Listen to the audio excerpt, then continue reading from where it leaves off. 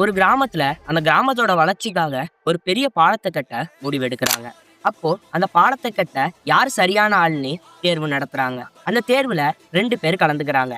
ஒருத்தன் நான் தான் பெஸ்ட், நான் கட்டுற எல்லா பாலமுமே ரொம்ப ஸ்ட்ராங்கா இருக்கும், அதே சமயம் நான் சீக்கிரமாவும் கட்டி முடிப்பேன்னு சொல்றான்.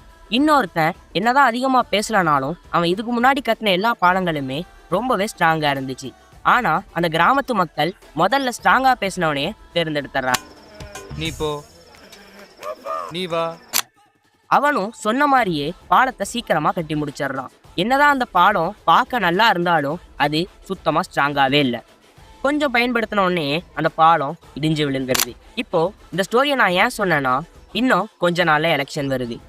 ஓட்டுரிமை இருக்கிற உங்க எல்லாரோட முடிவுல தான் நம்ம தமிழ்நாட்டு எதிர்காலமே இருக்கு.